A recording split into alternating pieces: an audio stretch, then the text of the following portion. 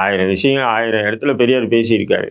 ஏற்றுக்கிட்டா ஏற்றுங்க, ஏற்றுக்காத போகக்கூடாதுன்னு சொல்லியிருக்காரு. நான் சொல்வது உன்னுடைய அறிவுக்கு உட்பட்டுனா ஏற்றுக்க, இல்லைன்னா தூக்கி போட்டு போன்னு சொல்லியிருக்காரு. அதேமாரி அது பேசினாரா இல்லையானா அது ஒரு ஃபேக்ட் செக் பண்ணணுன்ற ஒரு நிலை இருந்தாலும், இது இப்போ ஏன் இதை திமுக ஐடிவிக்கு பெரிய அளவு இஷ்யூ ஆக்குறாங்க அப்படின்றது தான் ஒரு கேள்விக்குறியாக இருக்குது. புரியுதுங்களா?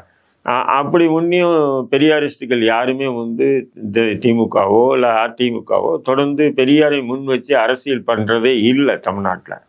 இப்போ வந்து நீங்கள் வந்து சமூக நீதியின் காவலர் பெரியார் என்ன சொல்லியிருக்கா, சாதிகள் இருக்கக்கூடாதுன்னு சொல்லியிருக்காரு. நீங்கள் என்ன பண்ணுறீங்க, ஒரு தொகுதிக்கு வேட்பாளரை அறிவிக்கிறதுக்கு முன்னாடி நீங்கள் அந்த தொகுதியை கலாய்வு செஞ்சு வேட்பாளரை நியமிக்கும் போது நீங்கள் என்ன பண்ணுறீங்க, நீ என்ன ஜாதி, உன் ஜாதி ஓட்டு எவ்வளோ இருக்குது, இதுதானே திமுக கேட்குது, இதுதானே அதிமுக, எல்லா கட்சியும் அப்படி தானே கேட்குது.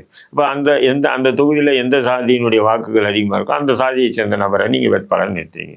இப்போ விக்கிரவாண்டி இடைத்தேர்தல் நடந்தது. விக்கிரவாண்டி இடைத்தேர்தலில் வந்து வன்னியர் சமூகம் அங்கே அதிகமாக இருக்குது. அப்போ என்ன பண்ணுறாங்க, பாட்டாளி மக்கள் கட்சி சார்பாக ஒரு வன்னியர் நிற்கிறாரு, அப்புறம் நாம் தமிழ் கட்சி சார்பாக ஒரு வன்னியர் நிற்கிறாரு. திமுக நீங்கன்னா சமூக நீதி போர்வலையாச்சு, நீங்கள் என்ன பண்ணியிருக்கணும், வேற்றூர் சமூகத்தை சேர்ந்த ஒருத்தர் வேட்பாளர் நிறுத்தியிருந்தீங்கன்னா அப்போ சமூக நீதி அரசுன்னு சொல்லலாம். நீங்களும் அப்படி தானே பண்ணுறீங்க, நீங்களும் ஒரு வன்னியர் தான் நிப்பாட்டீங்க. அப்போது இவங்க எல்லாமே வந்து எப்படின்னு சொன்னால் பெரியாரிய சித்தாந்தங்களை கடைப்பிடிக்காதனால இன்னைக்கு சீமான் ஏறி அடிக்கிறார். 50 வருஷம் ஆயிடுச்சு. இன்னைக்காச்சும் பெரியாருடைய புத்தகங்கள் சீமான் பேசுனதுக்கு அப்புறம் பெரியாருடைய புத்தகம் அமோகமாக விற்பனை ஆகுது.